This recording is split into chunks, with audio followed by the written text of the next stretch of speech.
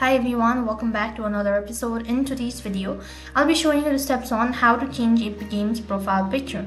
In order to change your Epic Games profile picture, first thing first, you'll need to open up a web browser of your choice, and then on the web address bar, type in www.epicgames.com or store.epicgames.com.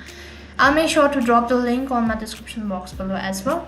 Click on your display name located right on top, and as soon as you click on it, a drop down menu appears. From the list, go to account, and this is going to take you to the account information page. As you can see, after you tap on account, you'll be taken to the account settings, and right over here you'll be able to make changes with your account information, personal details, your address, your Epic Games reward and all that, but there is no such option as change your profile picture. Unfortunately, there is no such option as change your profile picture. So as you can see right on top, this is actually your profile pictures. Now by default, this is how it's gonna be as soon as you create your account. So there's no such feature as changing your profile picture or adding any other profile picture. For the security purpose, Epic Games does not want you to reveal information such as your username or any of these following informations for the security concern, and so that you do not upload your own picture.